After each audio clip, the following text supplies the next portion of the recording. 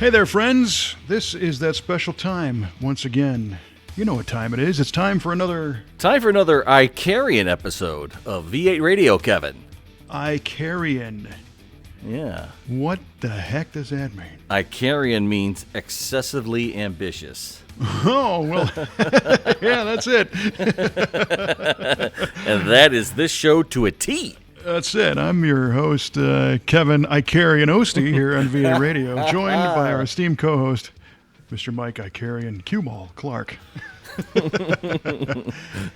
Well, all right. Welcome to the program, ladies and gentlemen. This is our fun way of sharing automotive stories and experiences and nonsense with you, whether you like it or not. I guess they're in control of the stop button as well as the play button, so I shouldn't threaten We've them. deactivated that. You're in for it the long haul. Right listeners. on. That's that new app. Yeah. The disabler. That new update that just came through, that's what we did. Right. Yeah, you can't turn us off now. Right on. Well, this is V8 Radio, and as you know, if you listen, we start off every single episode with some sort of automotive-related trivia question. And we hold the answer till the end because it's, half the fun is the journey, is what they tell me. So, Mr. Q, have you, in fact, prepared a trivia question for this episode? Si, senor, I have. It's going to be short, sweet, and to the point. What are the two cars in the Beach Boys song Shut Down? It's a Cobra, a Shelby Cobra, and a Corvette, right? A 327 Corvette? I don't know. Is it? I don't know. Nobody knows until the end of the show. So Kevin says... That's not right. Let me okay. think. Well, I mean, that was the cars from Hey Little Cobra. But I'm gonna shut you down. Is that what you asked for? Shut down, song? yes. Shut down, Yes. yeah. And I know better than to ask you a song, Yeah. automotive song, but Well, you know I'm what? doing it again. My mind is so not in that right now. Was it the Superstock Dodge or the 413?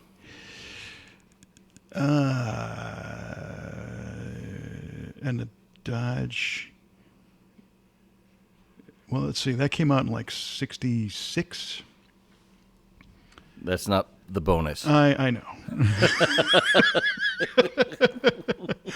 Oh man, this is one of those letdown questions, friends. Because I should know this instantly, but I do not have Beach Boys on the brain. Also, this is a Yardley question.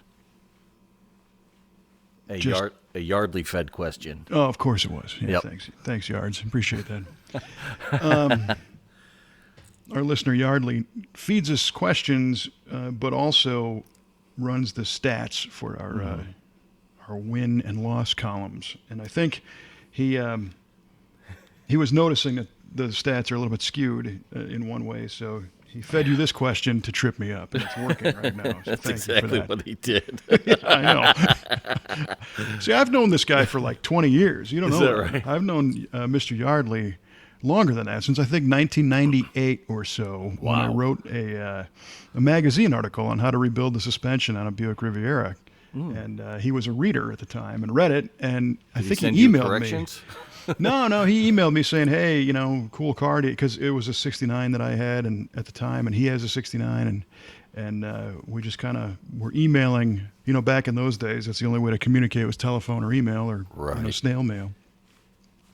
And that's how we met, was through a magazine Cool. article. Yeah. It doesn't change the fact I can't remember what the hell cars are in this song. Play the song in your head. I'm playing it, man. I'm turning it up. I'm shifting balance to the left and to the right. I'm screwing with Fading back in front. I'm screwing with the treble and the bass. I'm gonna. All right, I'm just throwing this out there because I don't remember. I'm gonna say it was a Corvette and a Superstock Dodge. Corvette and a super stock Dodge. Now, the funny thing about that particular song is a lot of those mid 60s, well, even, late 50s and early 60s, what I will call, bubblegum pop songs. Sure. I have played those so many times when I used to be an oldies radio DJ that I have blocked out entire chunks of music out of my head. Right? Because I just can't hear them again. No more. Right. And there's tons of Beach Boys that I really, really like, but it wasn't their earlier stuff, which is, a lot of it's car related, which is fine. I got nothing against the car stuff, but, Little Deuce Coupe, if I hear Little Deuce Coupe again, I'm going to claw my eyes right out of my head. and you probably will too, because that's, like the go-to at all the car shows. Oh, completely. And it's like, why, man? It's not that great of a song just because they talk about a Little Deuce Coupe. But I digress. So that was my final answer. All right. So Kevin says, on the official books, a Corvette and a super stock Dodge. Duly noted. Duly wrong, but thank you. Duly noted. All right, I got one for you, my friend. You being an esteemed owner of a General Motors vehicle that rides on the A body platform. Yes, sir. This is an A body trivia question. You ready? Yeah, let's have it. All right. What was the only GM A body car that came from the factory with a lower front air dam?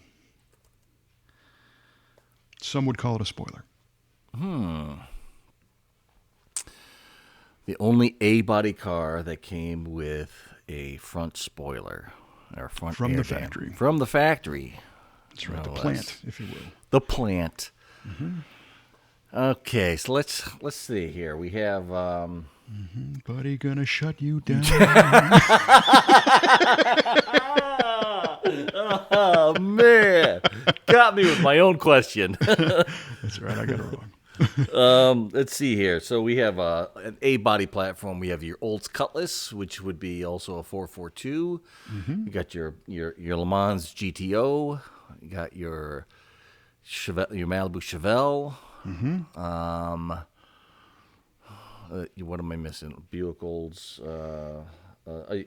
Buick. Your Buick GS.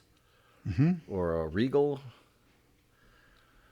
Regal was not really an A body, I don't. Well, I guess it could have been later on, maybe. Maybe in the what was the GS based off of? The Buick GS was an A body, Right.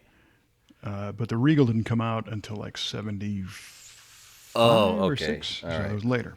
You're right. Well, I'm gonna say 73. of all those three, I mean, I'm gonna say the GS. It was the Buick GS. That came with a front spoiler, front air dam. I mean, it's a total wag, but of those three, I think that would be the one. Okay. Is there any further specification you want to make on that? I mean, time period or particular. I mean, model break? A bodies were. Let me see. A bodies were what, from 64 through 70. Two technically. Yes, two technically. Yeah. Of those, I mean, the 60s cars, I don't think any of them did. I think we're talking closer into like 70, 71, 72, where it would have a factory spoiler. And of those cars, the only thing that comes to mind that I think would have that, for some reason in my mind, I'm seeing like a yellow GS Stage 1 with a front spoiler on it. That's the image that's coming into my mind. That's a great image. It's a great that image should be in the front of your mind all the time. Terrific. It absolutely should, and it's going to be. Yeah. But that is what is coming to mind when I say that. I almost want to say a 71 or 72 GTO, but I'm gonna stick with the GS on this one. Right on. And that's my final answer. Final answer. Duly noted. Right on. Carved in stone. So it's been great here today. We're finally getting some weather, getting into the springtime a little bit. Oh, let me tell you, I was out cleaning the garage today. Had the garage door open. I was sweeping. I was getting things organized. It felt great. All the snow's just about all gone from the yard. Got to enjoy some we don't have any peace on the back deck. It was awesome. It was awesome. Yeah, that is nice. We haven't had snow here in a while, although it's only been a couple of weeks, to be honest with you. But it was I think pushing 70 here today. Oh, really? Yeah, I did the same thing. Got the cars out of the garage and cleaned up the garage quite a bit. Did some reorganization, some spring cleaning, if you will. Mm-hmm. Very nice. It was nice. You got a nice setup going on there. You got your Marantz, you got your microphone, you got your cabinets there, you got your neons. Yeah, the neons are on. Yeah. The LED under cabinet lighting. Oh, very nice. My old you can't see it from your vantage point, but my old liquor store sign is up on the wall.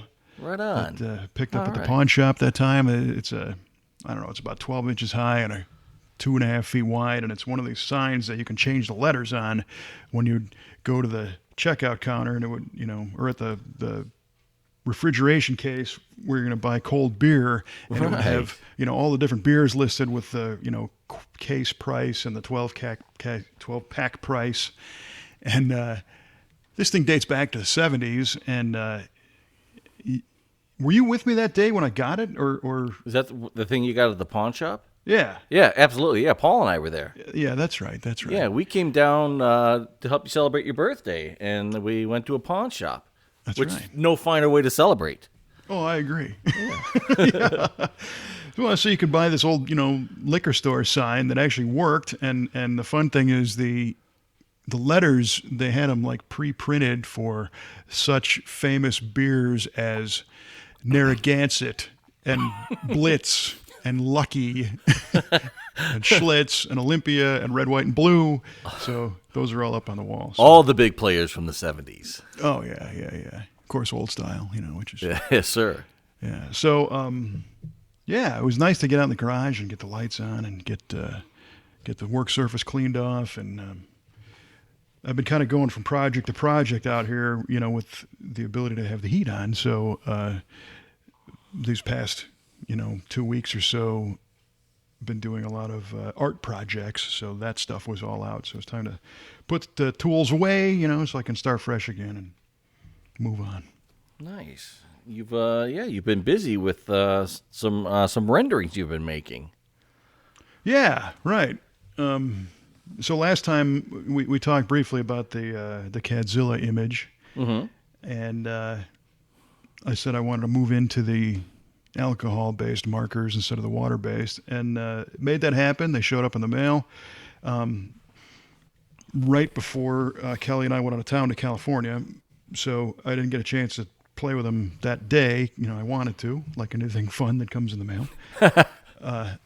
But I changed up the paper a little bit. I got some tracing paper and the alcohol-based markers, and it's great. They do everything that I wanted them to do.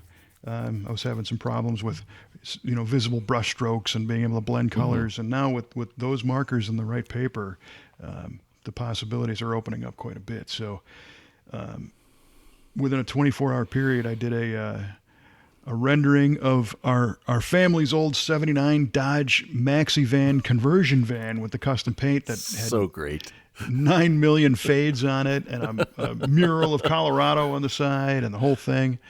And then I broke into a version of my 70 Riv, and then of course your car. The Yes, the Golden Goat was immortalized on tracing paper and alcohol marker. Yeah, right. Immortalized. You could just, ball up the paper and throw it away, and the immortalization will have come to a screeching halt. But no, that was pretty cool, though. I just kind of threw that out there that I was doing these, and you're like, hey, do the GTO. So when you do drawings of cars, you obviously kind of get close to the design, maybe closer than you would just by looking at them. And I always said that if you want to get to know a particular car, wash it, You know, 'cause you'll rub over every single surface. You know, you'll feel it out.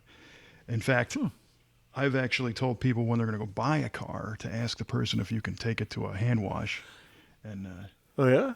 yeah, well, you'll see all the scratches and feel the dents and all that stuff. Ah, But that's good. Yeah. you know, I don't want to call it cheating, but I halfway cheated with your GTO image because I did find a pose of the car and then used the tracing paper to trace out the proportions because that's the trickiest part. You know, once you get the proportions down, the rest isn't so bad. And that's a trick I learned from Mr. Chip Foose, and it's okay with him. It's okay with me, right? Well, we know how I feel about Chip, so if that's the route you took, I'm all for it. Right. And I certainly do stuff that's completely freehand without tracing, you know, but in this case, I'm in the mode, you know, what they tell you if you're going to be a painter, you know, of a certain medium or whatever, that a great way to start is by copying somebody else's work, just for the exercise of doing it. So in this case, it was just trying to recreate an image, you know, of a particular car. So in this case, the one I found was a different color, but I got, you know, I kind of traced out the GTO and then, you know, colored it and filled it in and changed a few things like the reflections on the side and stuff like that. But it was cool. I hadn't paid, you know, that much attention to a few elements on the 66 and 7 GTO as I did when I was doing the sketch, and it was kind of neat. Good. Well, good. I'm glad that I'm glad you did it for me, and I'm glad I was able to kind of keep you immersed in this. So that was cool. Yes. I've been wanting to have my car drawn forever, and really? my well, who doesn't? I mean, who doesn't want a rendering of their own car? I think it's killer. Well, that is true. And my daughter, who's very artistic, and she's a very, very talented artist, I say, listen, draw my car for me. She's like, absolutely not. That is not what I draw. I will not be good at that. I will not do that to you. So, man, okay. But then when I saw you sent me the rendering of your rib, I'm like, ooh, here's my opportunity. Well, there you go. You So took it, perfect. and I'm glad you dig it. I thought that one came out good. And the fun thing is, every one of these is getting better and better as I do them. So For sure. I actually like the picture of your car better than the one I did of my own. Oh, come on now. No, the second one you did of your rib turned out dynamite. Well, that was actually the same image. It was. What did you just spruce it up a bit? Yeah. So the first time, you know, one of the challenges is making the appearance of light reflections on the paint. And, you know, one of the ways you can do that is to take a darker version of a color and a lighter version of the color. And the lighter version goes where the light reflects and the darker version, you know, Sure. where it's not. And I did the rib in red, which is tricky because reds, they only get lighter to a certain point and then they just go pink. Okay. If you add white to red paint, you get pink, True. right? There is no like light red, I see. if you think about it. And Okay. and that's kind of a bummer because there are some times that I really wanted to do a lighter color red, but they just turn pink, you know? So that's what ended up happening on this rendering is, you know, along the top of the fender and whatnot, where the light reflects. My marker set is kind of limited. You know, it's only, I don't know, it's not every color of the rainbow for sure. And there was a light red kind of pink thing. So I made the light areas this pinkish color, and then I sent it to you and you checked it out, and it was kind of grinding on me because I didn't think it was, you know, accurate. But the cool thing with these particular alcohol markers is you can go back in the drawing and keep changing stuff. And that's one of the things that I'm learning through this process, because as I said in our previous episode, that I always thought you had like one shot to get this right, Right. or you got to start over or whatever.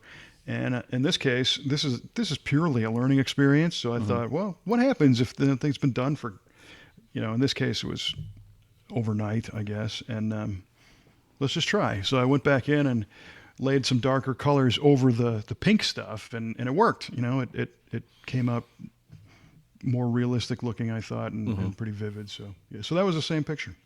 Wow. That's cool because I did notice differences in it, not just the color, but like I mentioned earlier to you, in the wheels. I could tell there was it looked like some more attention was paid on the wheels, so they had a little more depth to them, and a little more shine to them. And I thought they turned out really, really nice. Well, thank you. And wheels and tires for me are the hardest part because I've got circle guides and ellipse guides that you can draw the shape of them, but if you're gonna shade it or put a gradient in there, you got to have a steady hand. It's that simple, and you got to be able to draw in a circle, and it's not something I do every day, so I always end up screwing those up, or the shading becomes over dramatic and it just looks fake, wonky. But in this case, one of the cool things about the alcohol markers is a good kit will provide you with what they call a blender, which is a pen with just the alcohol and no ink. And I've learned that people misuse these because they think you can put a couple of colors together and then run this blender pen and it will blend the two colors together. But what it really does is basically erase the ink if you have the right paper. Yeah. Huh. So when I first started doing this on the Cadzilla stuff, the paper was real thirsty and the color just soaked in and it was done. But tracing paper is pretty non-absorbent. Everything kind of sits on the surface. So in the case of those wheels, I was able to go back in with the blender pen and remove some of the earlier screw ups and add a little more detail. So cool. So the ability to walk away from it and come back and undo some of the the stuff you don't want really makes this a lot more enjoyable. Cool. Yeah, I like it's almost like an undo feature. Almost, yeah. And it takes some of the pressure off doing it. And that was the biggest thing for me growing up. It was like there was so much pressure to get it right, either from myself or from an art teacher or an assignment. And of course, I was never a great student, so I would wait till the last minute to do everything. What? And so there's time pressure, and you only got one shot, to get this right. But today, this is purely just for fun. So it's like, I'll set this over here, and let's try this. And if it doesn't come out, who cares, Right. There's more than one sheet of tracing paper. This is correct. Yeah. How I about ended up that? getting a 50-sheeter at half off. Oh, nicely done. Mr. Thrifty. I love it. Yeah. Well, so today I posted a couple of those, in fact, the GTO and the Riv image on the Facebook page. And again, people have been super, super nice and positive about it. And some of my other artist friends, Ben Hermance, who's done renderings for us at the V8 Speed Shop in the past, he's brilliant. He's a digital artist, but he also has the ability and the technique of doing, analog ink, pen, paint type stuff. And he said he liked them, and he said, gave me a couple of tips on a few things to do to make it easier and shading and stuff. And that was super cool, because I need them and I'm listening to those kind of tips. Absolutely. And it's just kind of nice to be able to know, some of the top guys that do this stuff. Because Hermance's work is phenomenal. It is just, so visually articulate. It's crazy. And for him to go, you're on the right track. That was pretty neat. Yeah, that's neat. It's gonna be neat to see how you progress through this in the upcoming months and how your designs change and how they improve and become even more realistic. So I'm looking forward to that. Well, good. So am I. Thank you. One of the no things, pressure. No, and I'm trying not to put pressure on this. And one of the things that I'm starting out, and I recommend anybody do if you want to try this stuff, again, copy an existing image, which does not involve any legitimate design work. This is just recreating what's already there. Sure. But I got a zillion design ideas for customs or, what happens if we put this roof line on this car and all that kind of stuff. So I hope to be able to evolve into those and have them look decent and not just a pencil sketch. Because in the past, I've done a lot of those just to get the idea across. And it's like, yeah, you kind of get it, right? This looks like a Hudson and this kind of looks like it came from a Chrysler, right? but nothing was like, oh, I understand what's happening there. I understand completely. Right. And the funny one was today I actually got a requisition for a commission. You did not. I did. And it wasn't It wasn't yours. And somebody else made a post saying, "Hey, let me know when you're out of cars. You can do mine." But I got a text from a guy who's like, "Hey, are you doing these for people? Because it looks good, and we'd like one." So Wow. yeah. Holy cow, man. Yeah, and I'm in no position to open up a gallery and start selling this stuff. But it was just kind of neat that somebody thought they were cool enough to ask for one. And to your point, every one I think is getting better by a pretty good margin. So Of course it is. the next, because I used to do this kind of stuff, but it was like 35 years ago. Right. Yeah. And I didn't have the right tools and the time. And today I've got all that. And the next step is going to be incorporating the airbrush so that the gradients are much smoother than the brush strokes. Nice. And, hopefully we can get to A to B a little bit, in a little bit straighter of a line. But the guy who asked about it was somebody we just visited with in California. Is that so? Yes. Which is Do tell. a nice little segue into our trip to California. All right. So last week, Kelly and I just decided to actually take pretty much of a vacation, Nice. which is very unusual for us. Yeah, well, Lord knows you needed it. Yeah, and I think everybody needs a vacation every Yeah. once in a while. Other cultures that are not here in the U.S. really get it. The United States is bad about it. We think, the harder you work, the better you are, and the better you'll do, and the more hours you put in. There's a sense of esteem with that. Well, I worked 200 hours last week. How many did you work? And there's that, beat your chest because I'm working all the time. But the Germans are like, no, you need a month off. Forget it. Go home, recharge. And that's the thing is when you realize that if you can get your head cleared and you come back to your situation, you'll approach it, A, refreshed, but B, maybe with more ideas or a different perspective on things, and you'll do it better, right? So that was my justification for taking this little break.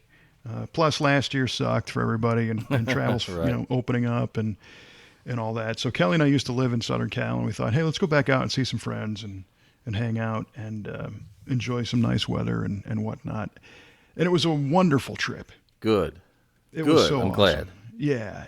And again, we didn't put any pressure on it. There was no schedule. Didn't have to, work and do an event or something. So it was like, there's a fine line there because we pre-scheduled enough things so that we were always busy, but not like, we have 8 minutes to get to the next one, because the worst thing to me is when you go to do something and you don't make the plan and it's like, well, what do you want to do? I don't know. What do you want to do? And then it's over. Let's go to In-N-Out. I don't know. Yeah, again. And then it's like, oh man, we missed the opportunity. But in this case, we lined up a lot of time with some good friends that fortunately were flexible on when they could meet. So it's like, well, hey, Monday, how about we go down to Orange County and see these people? And we talk to them and they're like, sure. And of course, with COVID, a lot of people aren't doing anything anyway. So it made it a little bit easier. But a couple of things that we noticed, the traffic is like 15 to 20% in LA and Orange County at this point of what Really? it typically was. And that's still because of COVID and people Sure. working from home. And man, is that awesome. It's got to be awesome. That Holy is cow. so great. Well, we got there and I think I booked the flights and Kelly booked the lodging and we both ended up booking a rental car. Really? Yeah, we just both did it for whatever reason. So we get to the rental car place, and the guy's like, okay, so let's see your license. And she hands him the license. And, okay, Kelly, I see, okay, I see you've got a sports car of some sort. All right. What are you after? And she just had rented a Dodge Challenger, two-door, and really liked it. So she had us on the list for a Challenger. So, okay, cool. And I had forgotten that I also booked this. So the rental car guy turns to me and he's like, okay, Kevin, let me see. Okay, we've got you down for an SUV. And she's like, there must be some mistake here because I booked this Dodge. And I said, yeah, this is starting to sound familiar. And she's like, well, why the heck did you get us an SUV? And I said, because it was the cheapest thing on the page. And it was just to get from point A to point B. You know, the mission wasn't to go drive a car around. It was just to go have fun. You know, so I don't care. I just, whatever. Let's just get wheels. But she's like, nah, let's get something cool. So we canceled my SUV, and the keymaster in the rental car parking lot says, okay, I got a Dodge Challenger over there. Over here, I've got a Charger with a Hemi in it. You know, it's not really a sports car, but it's, it is what it is. We got a Mustang over there. It's a 6-cylinder. Or you can have this. And he points to a Camaro SS, 6.2 LT1 car convertible. Oh, goodness. Yeah. Whoa. I said, yeah, we're gonna take the Camaro. We're gonna take the Camaro, and I hope you're in agreement. Yeah. And Kelly didn't realize, the SS on that thing is real small. They're really nondescript, and the whole thing is just this gunmetal gray with a black top. It doesn't call any attention to itself at all. And I think she thought it was a 6-cylinder car. She's like, well, I like those. I like the Challenger. And I said, no, trust me. So we jump in it and start it up, and she's like, oh, I got you. Once you hear the thing. And the car had 25,000 miles on it, because I guess rental cars they're keeping their fleets more now. Again, because the travel is down and COVID and all that stuff. So they're not flipping cars every 10,000 miles. They're trying to get more life out of them. And this poor car was beat to death. Really? Oh, yeah. No. I mean, I was surprised. The chassis and the suspension were very tight. It was still a very solid car, even being a convertible. But the engine, first of all, the starter was about to go out because you'd click it and it would struggle for the first couple of rotations, and then it would hit and start. No. And I'm thinking, oh man, are we going to get stuck somewhere with this thing? But luckily that didn't happen. And then once it came to life, the engine rattled, not like a rod, but like, loose valve train, and it just made noise, and it didn't idle smooth. It would drop not drop a cylinder, but it would those cars a little bit. Yeah, those cars can't misfire because the check engine light comes on. It's like the end of the world if it takes a misfire. Yeah. But it was not a smooth idle. It's falling on its face a little bit here and there, and but it's a rental Camaro, SS. I mean, that's what happens to these poor things.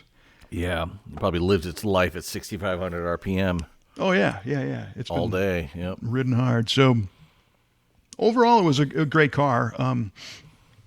It rode way stiff, even in the touring mode, which is the softest suspension setting. And it kind of beat us up. I mean, I think we put 650 miles on it over the course of 4 days, 5 days. So we drove quite a bit, and the seats are very supportive, and it handles wonderfully. It handled really, really well. But from an everyday driver, especially on a lot of those roads, which have these expansion cracks where you're just like, and then couple that with no traffic, so you could drive, we're driving 85 miles an hour on the 405 freeway and on the 110 and the 126 all the time.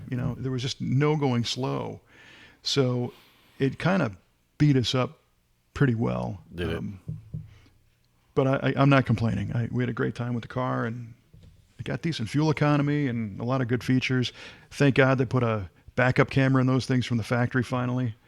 Oh, yeah. I'm sure the visibility was ridiculous, the rear visibility.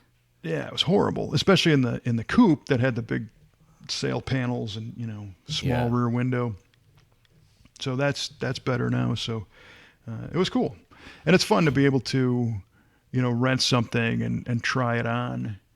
And see what it's like, and especially like Kelly's philosophy. We got the Challenger last time, and I'm like, well, let's get a Camaro this time. Who knows? Next time we get an opportunity, we maybe get a Mustang and just enjoy, compare them.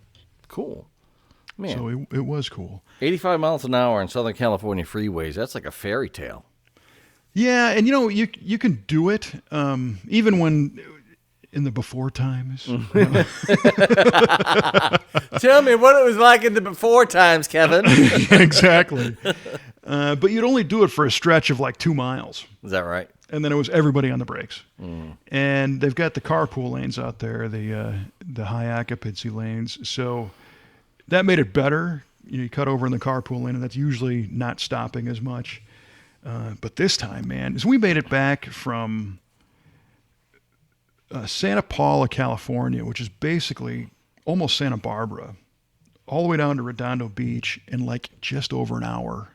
And that's normally like a 2.5-hour trip at least. Oh, gee whiz. So it was. That's killer. It was killer. It was weird. When we got to the airport, there's nobody there. Nobody in the airport, and there's so many people there that they're doing a really great job of having masks on all the time and staying distant and just not doing stuff. And the state, as of our visit, had only allowed for restaurants to open like 2 weeks before. Oh boy! So these people have gone like a year without being able to do anything. And where I live, that opened up quite a while ago just to reduce capacity and all the rest of it. But so out there it was only outside dining, which is really nice. The weather's nice. And they put tables up and heaters and all that stuff. It's been delightful. It was. You couldn't go inside to eat, but you could hang out outside. And so we got there and started pinging our friends and saying, hey, well, let's go get something to eat. And they're like, oh, we can do that now. This is awesome. Nice. So one of the days we had lunch with my cousin Heather and her husband Jimmy. And Jimmy and Heather they're not car people. They're flight attendants, actually. They fly all over the world. And Jimmy's a musician, and he grew up in Southern Cal. And I was pleasantly surprised to hear him talking about our Van Halen trivia question about the car that we mentioned in Panama. Oh yeah. And our last, I think it was the last show, right? Yeah, the not the Porsche, but the Lamborghini Murala. God darn it. Mira. That's it. Gosh darn it. Yeah. And I went, so you listened to our show. Oh. And he's like, oh yeah, I listen all the time. It's great. It's a lot of fun. Nice. And I said, well, you're not really a car enthusiast. He's like, it doesn't matter. It's just, a couple guys hanging out and talking. So that was cool, to hear some positive feedback in that realm because, sometimes we don't talk about car stuff. Yeah. So we had lunch with Heather and Jimmy outside, and then our buddy Randy Lorenzen joined us. Nice. Yeah. And Randy lives right there in Redondo, and he's the quintessential Southern Cal surfer dude. He's, I don't know, 60 now, 61, something like that. And, he grew up at the right time where, him and his buddies would skip school and surf all day and, just have a great time. And his creativity level is still off the charts. And of course, he photographed the Cadzilla poster that I'm always staring at, and the Hot Rod magazine swimsuit issues, and the list of features that he's done goes on forever. But it was really great to hang out with him and hear some more stories about some of these cars and photo shoots and stuff. So. And the great thing was Heather and Jimmy, again, are not car people, but they were just hanging on all of his stories, nice. The whole time. So, the last thing you want to do is be an enthusiast about something and be in mixed company and end up alienating, half the people because they don't care. They just don't get it. It's just not their thing. Right. Then it doesn't matter to them. Right. But I think, our world is interesting enough to where, everybody's got experience with cars in some way. And even if it's not that they work on them or they like them or whatever, but, hearing the stories of what it was like to work with the guys from ZZ Top to put that photo shoot together was cool. It doesn't matter if you're an enthusiast or not. It was just, fun experiences. So that was really cool. And then we spent another full day going north, and visited our buddy George Boskovich, and George is outside of Oxnard, California, and I got to say it again, we were early every time we went somewhere because we anticipated all this traffic. But George is a farmer, and it's great because he's so understated when he talks about what he does. No, I'm a farmer, Well, he farms, thousands and thousands and thousands of acres in multiple countries and provides produce to grocery stores and restaurants. I mean, you have eaten his stuff, I have here. So he's third generation. The fourth generation of the Boskovich family is farming now, and they've done very well over the years. Over 100-year-old farming operation. No kidding. Wow. Yeah. That's amazing. So it's afforded him the ability to get some cool cars, and man, he's got some neat stuff. And I met him. You showed me a little bit of it, and it's crazy. It's beautiful. Yeah. I met him, I think, in '99 or so. We did a Hot Rod Magazine TV episode at his collection, and his dad used to be a big street racer in the San Fernando Valley. No kidding. In Van Nuys, yeah. And he had a 69 Mustang with a 427 single overhead cam motor. Oh. So one of the stock motors. Yeah. And the car was called Pop's Toy because his nickname was Pops Boskovich. So that car was legendary in the Valley as a street racer, and it got stolen at some point. Oh, no. Pop! Yeah, and never got recovered. And word on the street is they think it's in Canada now. No kidding. So if anybody knows where that thing's at, they want it back. But so George that I met with and his collection manager Steve, today George has a recreation of that car. So he's got another 69 Camry powered. Okay. That's done just like Pop's Toy. If you didn't know the difference, you wouldn't know. And his dad's car was on the cover of Hot Rod in '83, I think. Nice. Yeah, and everybody knows that car, so it was good to see that. But then he's got like Boss 429 Mustangs with sequential serial numbers. Oh boy. The VINs are 1, 2, and 3 and whatnot. Oh my goodness. And he's got a bunch of Cobras, and he's got a bunch of late model Mustangs, Shelby GT500s and GT350s, and every one is a little bit more than what it appears on the surface. For example, there's a 2015 Shelby GT350 sitting there. Jeez. This is cool, Yeah. Yeah, well, this is the last Shelby GT350 made for that year. That's cool. Yeah. This is also the last Ford vehicle built for the year. No kidding. Company-wide. And I'm like, that's cooler than it being the last Shelby. Yeah. For sure. Yeah, so, he's got lots of these super high-end, very collectible cars, and he's a Ford guy through and through. Yeah, so, definitely a Ford fanatic. Yes. Of course, we show up in this Camaro. Man. But he forgave us and let us in. And that was so his sidekick that manages his car collection basically texted me, and he said, "Hey, we want you to do a rendering of George's GT40." Yeah, you believe that? I'm like, dude. Oh, geez. Yeah, right. So then I'm thinking, oh yeah, well, here comes the pressure. You got to get this right. But I told him, I'll tell you what, I was planning on doing the Ford GT Mark IV that won Le Mans in '67, the red #1 car, just because I love the car and it's very swoopy looking and it'd be a good challenge.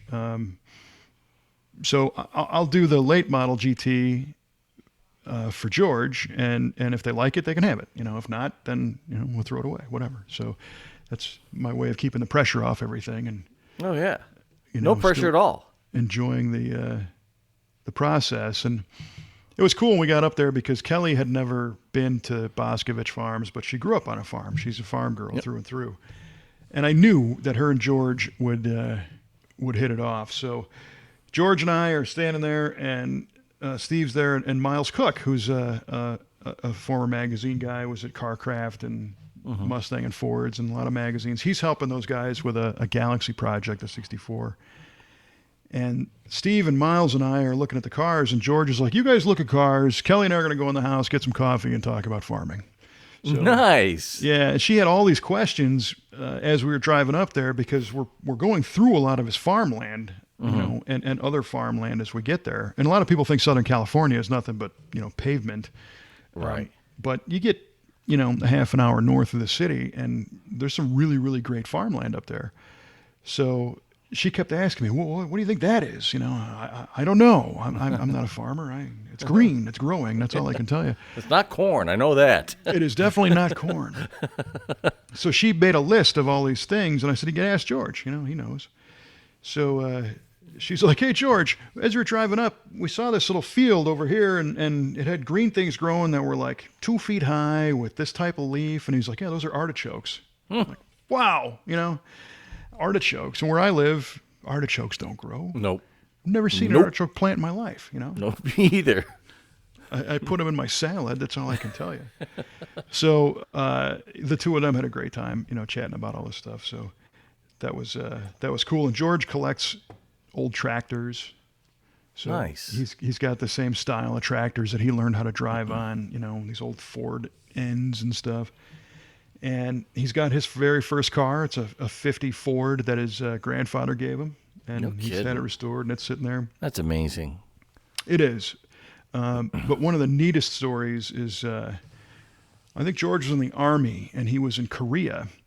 And he's getting ready to come home, and he called his dad, this is in 68, and says, hey, Pops, I'm coming home. I need a car.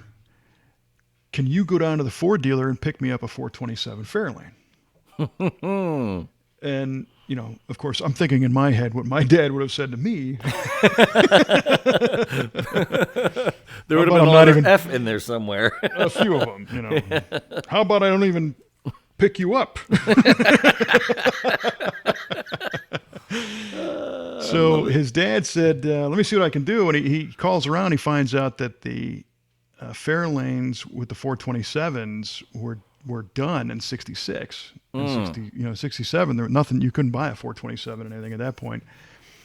So he tells George Jr., he said, I got you a Mustang instead. It's a 68, and it's white, and it's got a 428, and they're calling it a Cobra Jet, right? So I think you're going to like this car. Nice. And George says, you know what? No, take it back, sell it, forget it. I really want a big car. You know, I want a big, fast car. Oh, my God. And his dad's like, maybe you need to drive this thing. Yeah. So he picked him up at LAX in this 68 428 Cobra Jet car. It's one of 50 made, you know. And it's got the advertised 335 horse 425 or 428 Cobra Jet motor in it.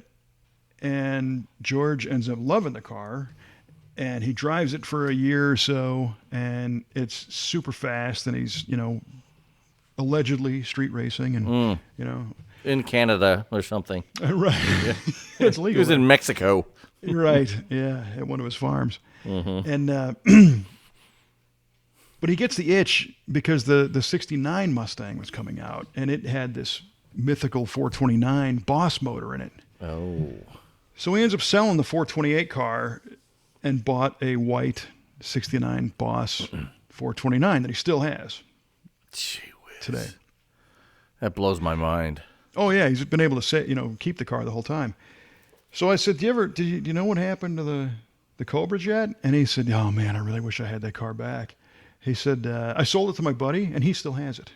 Oh, said, man. You're kidding me. I said, well, go get it. He said, he won't sell it to me. Oh, man. I said, you're kidding me. He's like, no, we're still good friends, but he won't sell me the car. He goes, I sponsor the car. I put our sticker in the back window. I pay him to go race and beat on my old car. Uh-huh. And he won't sell it back to me. Ah, dirty dog. Yeah, we got an arrangement with his daughter. You know, if this guy, reaches his untimely demise and I'm still here, I get the car. So, We need that notarized in triplicate. yes, hope it doesn't come to that. But he did end up picking up a pair of white 68 Cobra jets that he has now that kind of scratched that itch. But it's not It's not the same car. one. Yeah, It's not the Cobra Jet. right. So, I mean, it's a different world, but it is very cool to hang out with him and those guys. Just super car enthusiast, and he was good friends with Carroll Shelby, and he knows the Fords and all the guys that worked at Shelby, and it was a lot of stories. And I looked over, and Kelly wasn't even glazing over at this point. She was still interested in Oh, hearing a lot of these stories. Which well, that's is a cool. win. Yeah, right. So That's awesome. after our visit with George, we went up a little bit further north to see our friends at ARP. Oh, good. How are our friends at ARP? They're doing great.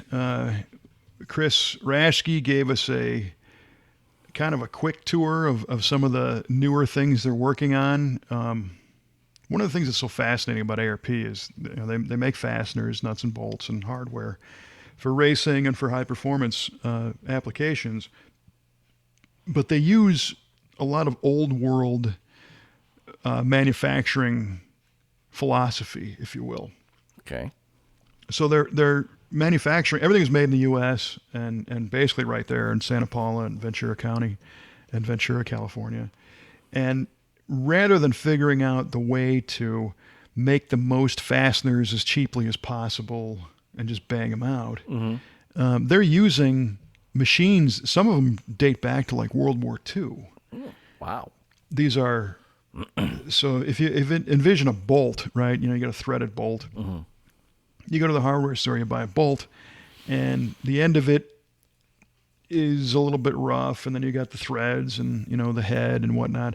An ARP bolt first is made from a high quality material, a whole bunch of different kinds, but even the most basic one is a high tensile. But the end is chamfered and it's ground, and the head is machined and chamfered and everything. So it's just really nice, and the threads are rolled into it; they're not cut. That's right. That's So it squeezes the threads into the bolt, which makes it stronger and very, very smooth and very nice. And some of the thread cutting machines or thread rollers,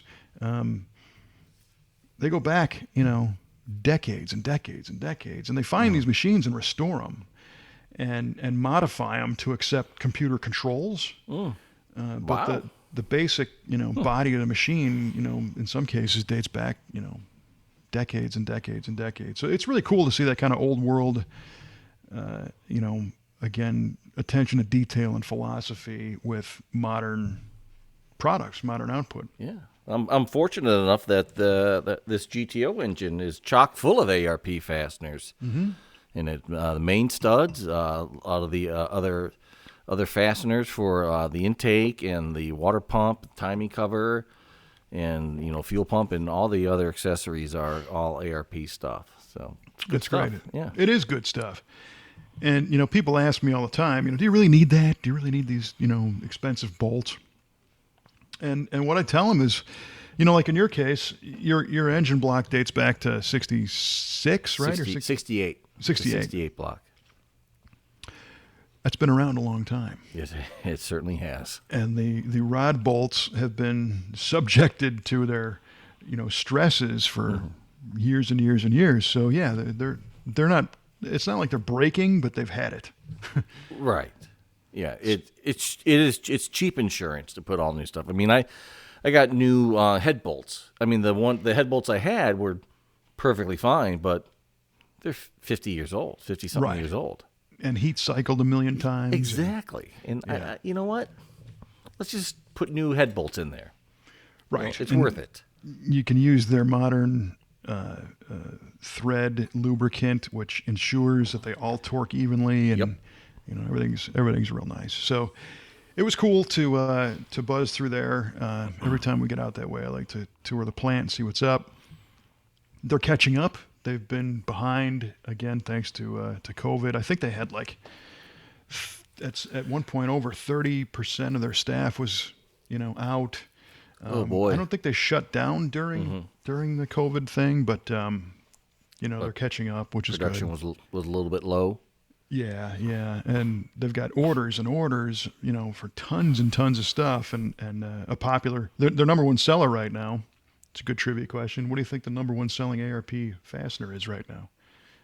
The most popular ARP fastener, I will say, are main studs.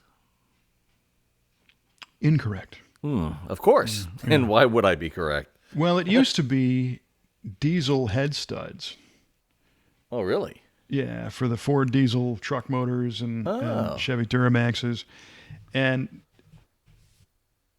those have been surpassed. And Chris is telling me that he thinks that like everybody who's going to build a diesel truck motor already has their studs now.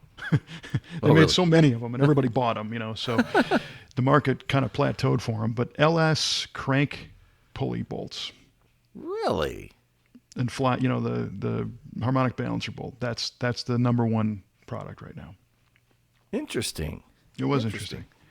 So they're running the machines, around the clock to get those things out. So if you're waiting for them, they're coming. Good to know. Good. Yeah. And Even then Chip Foose waits for parts. This is correct. Yes. So he can work his crew 3 shifts. But the other nice thing, if you go to ARP, is maybe you get a chance to visit their restaurant, which is just insanely wonderful. ARP has a restaurant? Yes. I never knew this. Yeah. So the story goes that ARP used to be further south, closer to Los Angeles, in the San Fernando Valley. And the owner, Gary Holzapfel, and his son Mike, they like good food. So they used to go down into Beverly Hills to a lot of the fancy places for lunch and enjoy the good stuff. Well, they moved further north, and it was no longer practical to buzz down to LA for lunch. So they found the chef from Nobu, I believe, and brought him up and built a restaurant. Oh, my gosh. Yeah, so it's actually in the corner of one of their manufacturing buildings. So Unbelievable. you go into the restaurant, and if you get the tour, like what Chris did, he'd drag Kelly and I right past the bar and past the bathrooms, and you open this door, and you go down the stairs, and here you are in manufacturing of fasteners. I love it. Yeah, it's great. And he calls it eating at the office, So the restaurant is called Hosie's, which is kind of a nickname for the owner's last name of Holzapfel, which is German. Okay. I believe it means like applewood. Okay. But instead of saying Holzapfel's restaurant, they just call it Hosie's. And Dig it. Food's phenomenal. They print a new menu like every week because it always changes, and it's just fresh and wonderful food. So that's really a great reason to go to is to to go eat. No at doubt. Hosie's. Yeah. My goodness. That sounds delicious. It is. And they're, again, being able to, we ate outside, and they're looking forward to being able to eat inside and open all that stuff up too. So Now, is that just open to ARP employees, or is that Nope. open to the public? Open to the public. Oh, amazing. Yeah. So the first time we went there was 10 years ago, I think, yeah. And Kelly and I were shooting some video there. And Chris says, "You hungry? You want to eat?" And we said, "Yeah, sure, we could eat." I'm thinking, In-N-Out Burger or something. Right. And he's like, "We're going to go over to the restaurant." Okay, fine. Well, I didn't know anything about it. Right. And he said, "I hope you're hungry because we're just going to get some, some samples of different stuff." So he points to the waiter, of course he knows everybody, and he's like, let's see. And he looks at me and goes, "Do you like pizza?" And I'm like, "Yeah, I like pizza." "Well, okay, let's get one of the margarita pizzas, and then let's see, Kelly, what do you like?" And he goes, "Do you like ceviche?" And she's like, "I don't think I've ever had ceviche." He's like, "Okay, get one of the ceviche martinis," which is, ceviche is it's fish that isn't cooked, kind of like sushi, but you add You add stuff to it. You add stuff to it, and it chemically, kind of, it doesn't cook, but I forget the word, but it It makes it delicious because I love ceviche. Yes, it does. It makes it delicious, and they serve it in a martini glass, and it's got garnish and everything. Nice. So he's like, "What about steak? You like steak?" And I'm like, "Well, I'm working on a slice of this pizza." He's like, "Well, no, put that down. Hey, get us a couple of fillets. So steaks come out, and appetizers, and just round after round after round." Oh my gosh! And meanwhile, the local city council's actually having a meeting in the restaurant, and the wine distributor is there that night. So he's got bottles and bottles of samples of wine that he's trying to get the restaurant to buy, and anybody else who's there, he's basically pitching all this wine to. Mm-hmm. And of course, being in California, he's got access to some really, really good stuff. So Chris is like, "Hey, you got to meet the wine guy. Bring a few bottles over." So he lines up, probably 6 bottles on the table, and I'm just trying a little bit of each one because I'm really not, a huge wine guy. I like certain things, a lot of it I don't. But I'm like, "Ooh, this one's good. I like this one. Yeah, I have another." So I think I ended up having a bottle and a half of this stuff. Oh my gosh! Well, we were there for like 5 hours. I mean, it was and you're schnockered at the end of it. I really wasn't, because there was just so much food and so long, to go through all this. But I really like that wine. So Kelly writes down what it is, because I think we'll go buy some later. And the next day we go to the grocery store, and she's looking at the rack, and she's like, "No, I don't see it. I don't see it. I don't see it. Oh, wait a minute. There's a locked up thing over here, like a display case." Oh, there it is. And it was a Camus, which is a Central California winery. And this was the special select, and it was, I think, a 2009. So it was like 2 years old at the time. Mm-hmm. It's like $180 a bottle. Jeez. Woo! No wonder you like it, dummy. Yeah, that's a long way from Boone's Farm. Holy cow! Oh yeah, past the Thunderbird. Give me some Mad Dog, please. Oh yes, yeah. Keep me going on some Ripple. Right. Logan David, Yeah. So, anyway, that's what that experience is. If you get to go to Hosie's, it's just. It's like being at your family's house, It's just really, really cool. Cool, man. Right on. And that whole trip was it was really great. We saw great friends, had some great experiences, drove a cool car, hung out with cool people, and just really had a good time. And I went to a local antique store in Hermosa Beach and found a couple of issues of Hot Rod Magazine, of course, the one with Cadzilla on the cover. Perfect. Yes, and then this one is the September '96 issue, which is the first time I ever appeared in Hot Rod Magazine. Is in this one from the Power Tour in '96.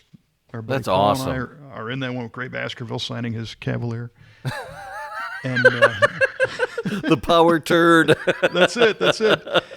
And I have both of these copies, but they're all torn up and in a box. And this gentleman, Mr. John Petzold in Manhattan Beach, California. Apparently he had his subscription to Hot Rod, and he took them out of the mailbox and put them in a hermetically sealed shelf because they're perfect. I don't even think they've ever been opened before. So I'm like, well, that's kind of cool. This the Cadzilla issue has the poster in it still. And I was going to ask you. Oh, yeah. It's nice. Not screwed up at all. And it was funny. I told Randy at lunch, I said, "Dude, I got an issue, of Hot Rod with the Cadzilla thing in it." And he's like, "Oh yeah, where'd you find it?" I said, "It's an antique store." And he's like, "Oh man, an antique store? How old What's am it doing I?" there? It doesn't belong there. Right? It's not that old. I just shot it last week. Yeah, well, it's been around a little bit. So anyway, it was cool. Some nice little thing. We stayed in a 110-year-old cottage. Oh man.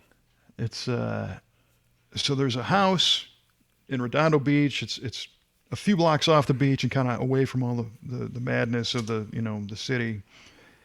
And there's a house in the front part of the property, and then there's 2 cottages like in the backyard, one behind the next. Mm-hmm. And they were built as vacation cottages in 1912, I think. Unbelievable. And they've been in operation continuously ever since. That is something. Yeah, and today they're like a vacation rental by owner thing or whatever, Airbnb or something. And the woman that owns them is from Australia, and she was very nice. She came in and we chatted with her for a while, and her son's got a VW bus, and of course, it all went to killer. cars as we were chatting. But these old cottages they've been updated with modern electricity and stuff. They don't look like they're that old, but you know that they're old, and it was quiet. It was not a hotel, so it was a great Perfect. trip. Yeah, really all the way around. Yeah, it sounds like everything just went off without a hitch for you. You came back refreshed Yep. and decompressed and clear mind. I don't know about that, but Oh, come on. Yes, you did. Yes, you did. Yes, you did. I'm trying to believe that. Yeah. Got a bunch of other ideas and stuff to do, but it was good. Oh, nice. Good for you, man. I can't wait to go on a vacation here pretty soon. I don't know where I'm going to go, but I'm going to go somewhere. Well, I guess the travel advice I have is if you're going to do it, make sure that you can do something wherever you get to, and that it's not all locked down. That's good. That's good advice. Because that's what we were concerned with. Like, we're going to fly out there and not be able to do anything. Yeah. But we could do man. just enough. We couldn't go to the museum. We couldn't go to the Peterson Museum and get the tour because it's closed. But, we saw people and whatever. So it was good. Nice, man. Good for you. Good Yeah. for you, both of you. I'm glad you both got to go out there and kind of hang out and do stuff and not work, not be at an event. Right. Because you get to travel like for Bonnie Air and when you do SEMA and all that good stuff and but you're working. Well, if you call it that. Well, yeah, I agree, but you're occupied with something that you're contracted to do, not Right. just doing your own thing. Right. I can't just stand there on the beach and watch my old college roommate's kid learn how to surf like I did Exactly. the other day. Exactly. I got to be somewhere and do something and be responsible. But I'm not complaining about my job to be able No, to do that stuff, nor but, should you. No. Pretty no. good gig. But you're right. Having a clear schedule is it's a luxury every once in a while. Yeah. Amen. Speaking of luxuries, I bet these people want to hear these answers to these trivia questions. Is that a luxury to hear? It is a luxury. It is a luxury. All right. Yeah, I know. I rambled on for quite a while, but it was an exciting No, trip. it's good stories, good stuff. I'm glad we got to hear about it. Yeah. All right. So our trivia question answers. You go first. You asked me. I don't remember. What was it? I asked you about what were the two cars in the Beach Boys song "Shut Down." Yeah. And you kind of hemmed and hawed a little bit, and you came up with Corvette and a super stock Dodge. And well, Kevin, the answer is, if you hear it in your head, it's a fuel-injected Stingray and a 413, and So you are right? correct. You are correct. A fuel-injected Stingray is a Corvette, and a Yes. 413 was a super stock Dodge. Oh, that is too funny. Oh, Nicely man. done. Yeah. And you're like, you a-hole. You're still It's getting really- it. That was purely subliminal. That came from not my conscious mind. So I told you, I heard that song a billion times. Oh, when I was sure. an oldies DJ, Sure. so I can't get away from it. All Nicely right. Well, done. thank you. In your case, the question for you was, what was the only GM A body that came with a lower front air dam or spoiler? And your answer was kind of we'll even get specific, a yellow 70 Buick GS. And that is correct. Whoa, yes! Yes!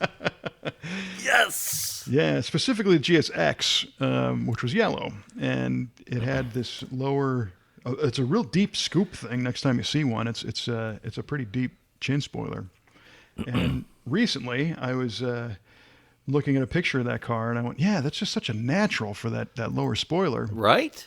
I look at a Chevelle, never came with it. Look at Nope. a GTO, never came with them. Look at the Oldsmobile, didn't have them. And they kind of missed the boat because Camaros you could get them, but Yep. not the A body. So very good. Thank you. Oh, man, it feels right. Feels good. Yeah, see, it's all great, man. Go on vacation and Everybody gets the trivia question right.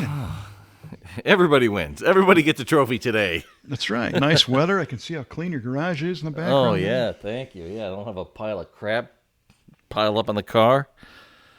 You texted me that picture of your list of things to do on the GTO. Yeah. Yeah. And so many of them are done now. When was that list from? I couldn't even tell you. I mean, it had to be 4 years ago, at least. Oh, easily, because one of the things you had on there was the steering box. Yeah. And I think you did that like a long time ago. I never did it. I never got the box. Right. I got you. I got a thing from a power steering place. I got the valve that goes on the back of the steering box that's supposed to up the pressure that's necessary. But Right. I never got the box itself yet. I got you. Yeah. Okay, I thought you got the box.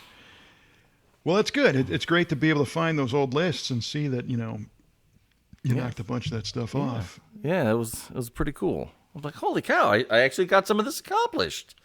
Amazing. Right. Yeah. Well, that's good. See, you had a great day, too. It was a good day. It was a Everybody great day. had a good day. Hopefully, if you're listening, you had a good day as well. Out Right there in on. Podcast Land. Is that a place? It used to be Radio Land, Yeah, right. Podcast Land.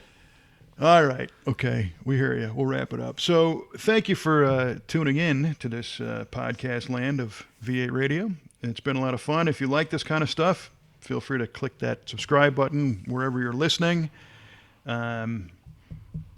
If you go to the website, v8radio.com, or our Facebook page, one of the little bonuses there is you can see the image that goes along with each episode. This is true. And a fine image they are. Sometimes. Yeah. I got to think of what would be a good image for this episode. Maybe one of your renderings.